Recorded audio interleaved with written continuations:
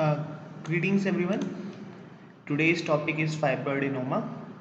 Let's start with introduction. A fibroadenoma is a benign tumor that is seen in women aged 14 to 34 years. Incidences of fibroadenoma can be found at any age. It's a painless tumor and in most of the cases it's unilateral.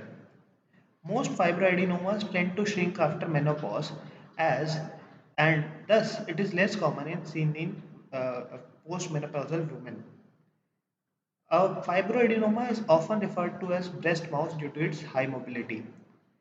The most common presentation of fibroadenoma is solid lump with firm and rubbery mass and with regular borders.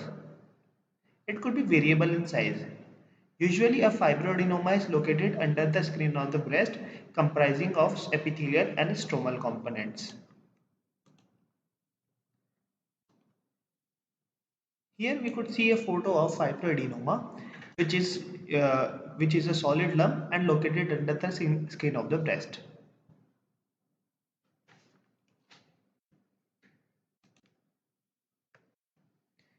Now let's understand the etiology and pathophysiology of fibroadenoma. The etiology of fibroadenoma comprises of hormonal factors. It is said in fibroadenoma there is increased sensitivity of breast tissue to the estrogen.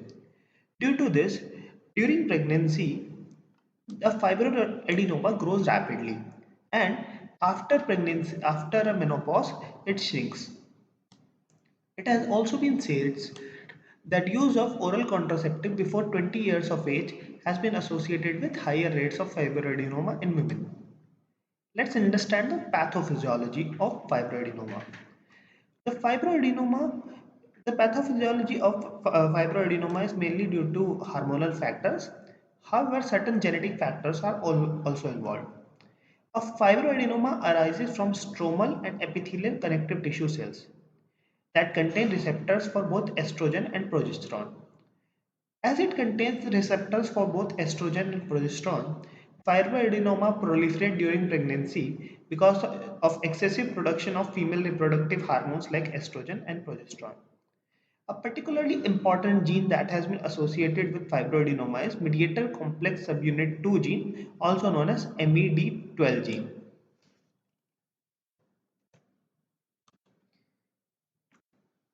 Now let's understand the histopathology of fibroadenoma. On histopathology, the fibroadenoma is well circumscribed lesion, non-encapsulated. It has pushing borders, however, it doesn't infiltrate adjacent breast parenchyma. The characteristics of fibroadenoma on histopathology is cellular proliferation of stroma and gland, which are benign breast ducts. The stroma of the fibroadenoma is usually hypovascular and comprises of spindle-shaped cells.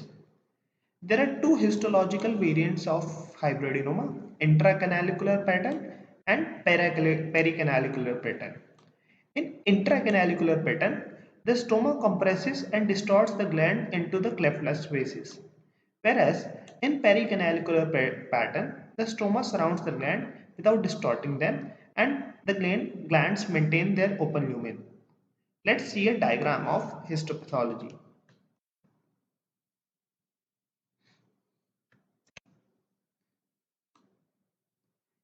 Here we could see histopathology image of fibroadenoma. As we can see in intracanalicular pattern, there is a cleft-like spaces, and now in pericanalicular pattern, the stroma is intact.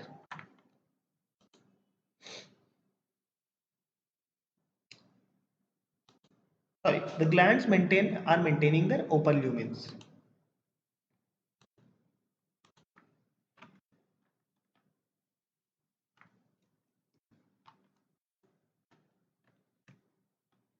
How patient of fibroadenoma is going to present with us?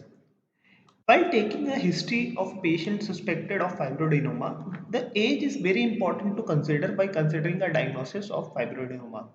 Most fibroadenoma tend to occur between 14 to 35 or 15 to 35 years of age. A family history of breast cancer is significant And a female patient who is having a first degree relative with breast cancer should be monitored and observed for malignant features if we are suspecting fibroadenoma. The most common site of fibroadenoma is upper outer quadrant of breast. On physical examination, one may find a non-tender, painless mass which is mobile, solitary, and is rapidly growing solid lump with rubbery consistency and regular borders.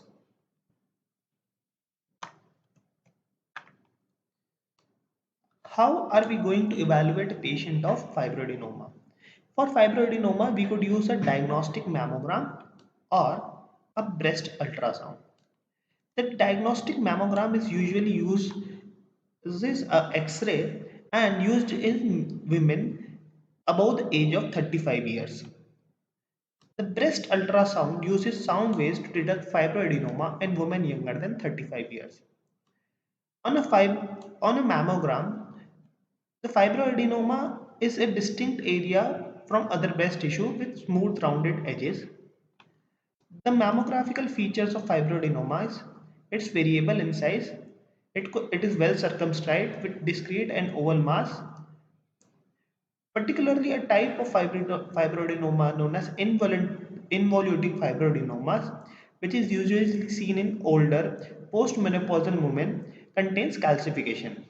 And this calcification is very classic for fibroadenoma. This calcification is also known as popcorn calcification. On an ultrasound, a fibroadenoma appears as well circumscribed mass which is round or oval. In case we are having doubt despite of performing a breast ultrasound or a mammography, we could perform a minimal invasive biopsy via choroidal biopsy.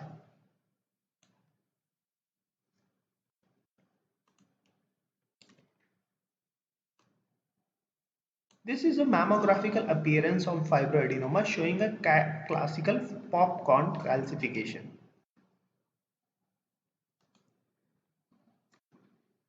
How are we going to treat a case of fibroadenoma? Majority of cases of fibroadenoma do not require any treatment as they shrink and disappear. But large fibroadenomas, fibroadenomas having large size should and compressing other breast tissue should be removed. The only treatment modality that is available is surgery. Surgery is particularly done for massive fibroadenomas that continues to grow in size. The common indication for surgery includes rapid growth of fibroadenoma, size greater than 2 cm, and particularly on patient request. There are two surgical procedures which are used to remove fibroadenoma, a lumpectomy or a excisional biopsy or a cryoablation. A lumpectomy, after following a lumpectomy, we send the specimen for histopathological or laboratory evaluation. In cryoablation, using a cryoprobe, we freeze and destroy the cellular structure. The coronoidal biopsy must be performed prior to cryoablation so that we do not do cryoablation of any other mass other than fibroadenoma, and the confirmation of a diagnosis of fibroadenoma is pretty sure. This is an image showing ultrasound guided cryoablation. Here we could see a cryoprobe, and this cryoprobe destroys the fibroadenoma. What are the differential diagnosis to be considered in mind while considering a diagnosis of fibroadenoma? Breast cyst, breast carcinoma, Phyllodes tumor, breast lymphoma, and metastasis to the breast from any other primary site. The prognosis of fibroadenoma is good. It is usually a benign mass and most of the time it shrinks and does not require a treatment. However, there is an increased risk of breast cancer in patients having complex fibroadenoma containing calcified breast tissue. Thank you.